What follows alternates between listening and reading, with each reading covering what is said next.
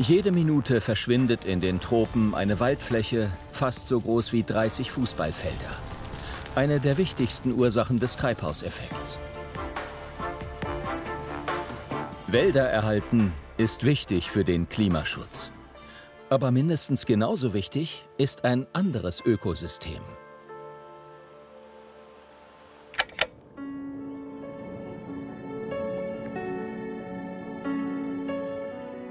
Ein Herbstmorgen im lettischen Kämmeri-Moor. Eine magische Übergangszone zwischen Land und Wasser. Heimat vieler Tiere und Pflanzen, die sich auf ein Leben in diesem nassen Ökosystem spezialisiert haben.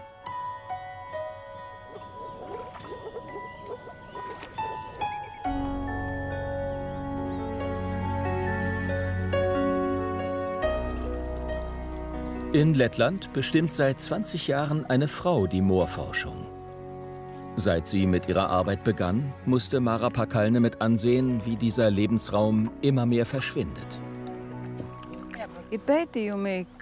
Studien belegen, dass all diese Schönheit, diese Vogel- und Pflanzenwelt unwiederbringlich verloren geht, wenn wir Moore trockenlegen. Früher war ein Zehntel Lettlands von Mooren bedeckt. Fast 2/3 davon sind verschwunden. Entwässert, um Landwirtschaft zu betreiben oder für einen Industriezweig, der statt grüner Moorteppiche öde Mondlandschaften hinterlässt.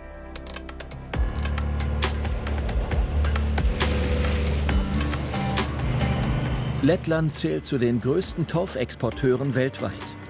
Torferde ist für Hobbygärtner und die Pflanzenindustrie der ideale Nährboden für die Anzucht von Obst, Gemüse und Zierpflanzen.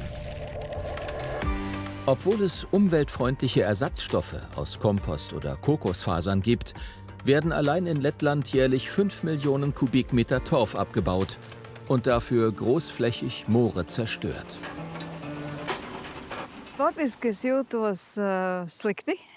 Mir wird schlecht und es macht mich echt traurig, wenn ich Torfabbau sehe.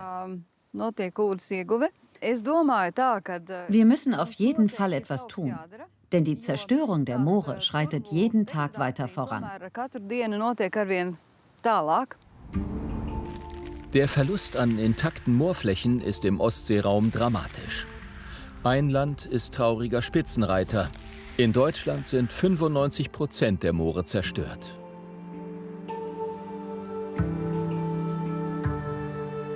In der Nähe von Greifswald kämpft ein Mann für die Rettung der Moore. Professor Hans Joosten. Der Niederländer, der unter Kollegen nur der Moorpapst genannt wird, führt Studenten ins Kieshofer Moor. Oder was davon übrig ist. Es wurde entwässert, weil benachbarte Bauern sich über zu hohe Wasserstände beschwert hatten. Gräbt man den Mooren das Wasser ab, bleibt nur der begehrte Torf übrig. Hans Joosten fördert diese Mischung aus abgestorbenen, aber nicht vollständig zersetzten Pflanzenresten zutage. Im nassen Moor wächst diese Schicht nur 1 Millimeter pro Jahr. Etwa 500 Jahre hat es gedauert, bis sich dieser Strang gebildet hat. Ein kleines Geschichtsbuch aus Biomasse. Und für Hans Joosten auch ein Snack. Und diesen Torf finde ich eigentlich von aller am leckersten schmecken. Und da Liebe bekanntlich durch den Magen geht, müssen alle seine Studenten einmal probieren.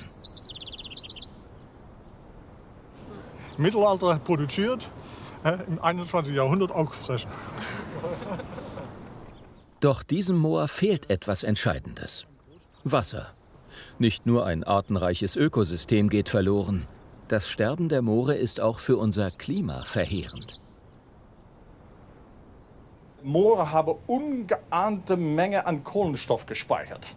Die Moore der Welt, auf nur 3% der Erdoberfläche, enthalten doppelt so viel Kohlenstoff als alle Wälder der Welt auf 30% der Erdoberfläche.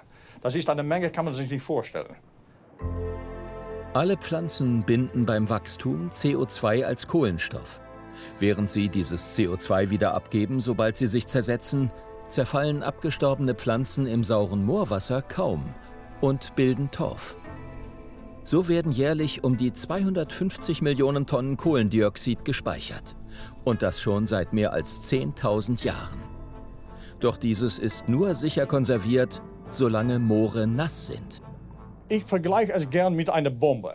Eine Bombe ist vollständig unschuldig, solange man sie nicht anzündet. Das ist mit Mooren auch. Wenn man Mooren einfach in der Landschaft hat und man hat sie nicht entwässert, dann können die sehr gut liegen bleiben. Aber wenn man sie anzündet, durch sie zu entwässern, werden sie Bomben, werden sie CO2-Schleuder von ungekannter Ausmaß.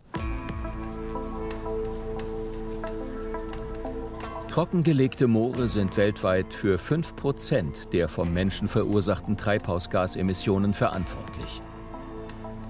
Doch Forscher haben herausgefunden, der CO2-Ausstoß der Moore kann gestoppt werden. Ihr Plan ist, trockene Moore wieder unter Wasser zu setzen. Ingenieure wollen in einem Waldmoor bei Berlin Entwässerungsgräben zuschütten. Die beiden sind jetzt noch offen und die hier, da hatte ich genau die. Steht das Gebiet erst wieder unter Wasser, sind die Emissionen gestoppt. Durch die Baumaßnahmen wird dieses Moor in Zukunft kaum noch Treibhausgase abgeben. Bisher fanden solche Renaturierungen nur im kleinen Umfang statt. Denn kaum jemand ist bereit, wirtschaftlich genutzte Moore der Natur zurückzugeben. Das Paris-Abkommen besagt, wir müssen die Klimaänderung auf 2 Grad beschränken. Und das bedeutet, die Wiedervernässung von Mooren ist notwendig, um überhaupt die Paris-Ziele erreichen zu können. Wir müssen alle Mooren in der Welt wiedervernässen. Dass durch solche Maßnahmen langfristig nicht nur die Emissionen sinken und Moore wieder zu CO2 speichern werden, hat Mara Pakalne in Lettland herausgefunden. Sie besucht regelmäßig das Sudaš-Svedro-Moor, das vor 5 Jahren wieder vernässt wurde. Seitdem hat es viele typische Moorbewohner wie die Ringelnatter angelockt.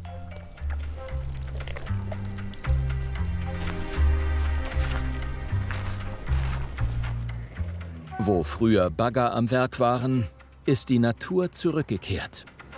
Regelmäßige Untersuchungen der Vegetation zeigen, die Anzahl an Moosbeeren und Torfmoosen ist förmlich explodiert.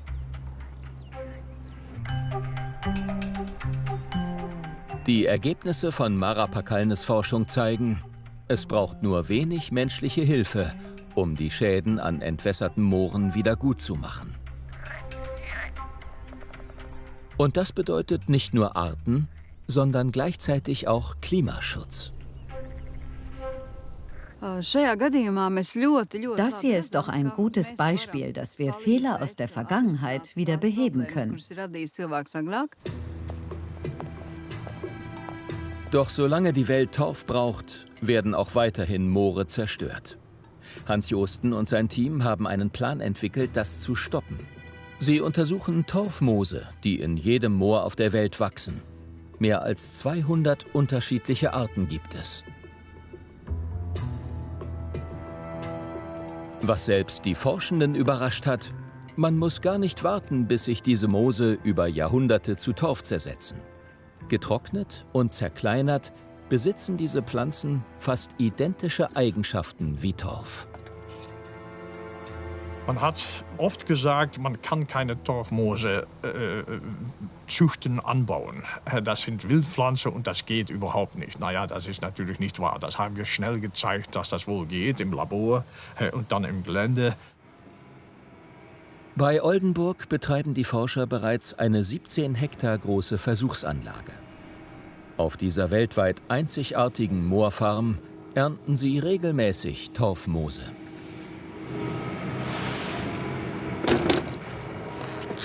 Der Vorteil? Die Moose wachsen wieder nach.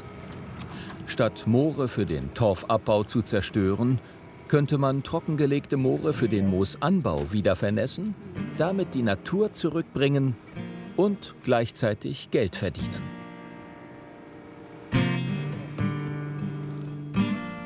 Die gute Nachricht: Man kann zerstörte Moore wieder zum Leben erwecken.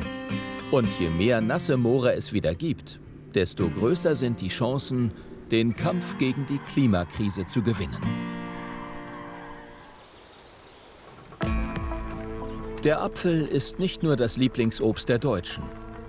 Weltweit werden jedes Jahr 86 Millionen Tonnen Äpfel geerntet.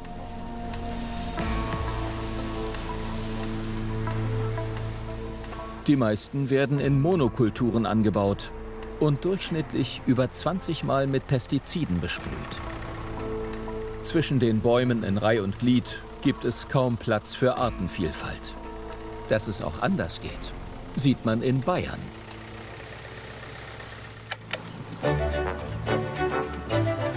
Thomas Helfrich ist jemand, der sich auf alte Traditionen besinnt. Am Ortsrand von Hersbruck in Bayern liegt sein ganzer Stolz. Eine Streuobstwiese. Er ist Vorsitzender einer Initiative, die sich für den Erhalt dieser jahrhundertealten Kulturlandschaft einsetzt. Es sind einfach tolle Lebensräume. Streuobstwiesen repräsentieren eigentlich was wir sonst schon fast verloren haben, nämlich eine angepasste Nutzung, in der Mensch und Natur zu ihrem Recht kommen. Das ist für mich so ein ganz wichtiger Punkt, dieses Ich nutze, ohne Schaden anzurichten. Seine Streuobstinitiative pflegt 348 Obstbäume, die nicht eng gepflanzt sind, sondern auf 3,5 Hektar verstreut stehen. Daher der Name Streuobstwiese.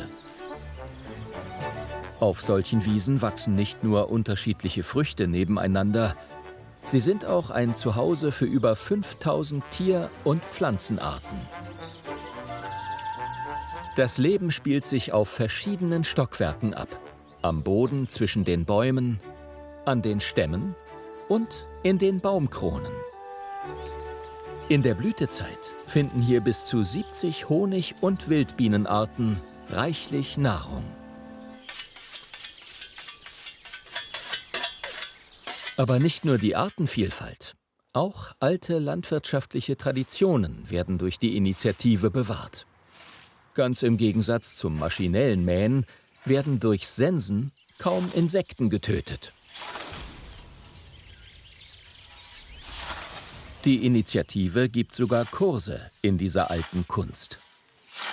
In der letzten Zeit interessieren sich immer mehr junge Leute dafür, weil man merkt, man muss nicht unbedingt ins Fitnesscenter gehen, sondern man schnappt sich einfach diese Sense, ja, hat die ideale Bewegung und tut was für die Gesundheit und leistet sogar eine Arbeit. Das ist halt einfach die beste Methode. Sie sind stolz, dass seit 2021 die Bewirtschaftung von Streuobstwiesen zum immateriellen Kulturerbe zählt.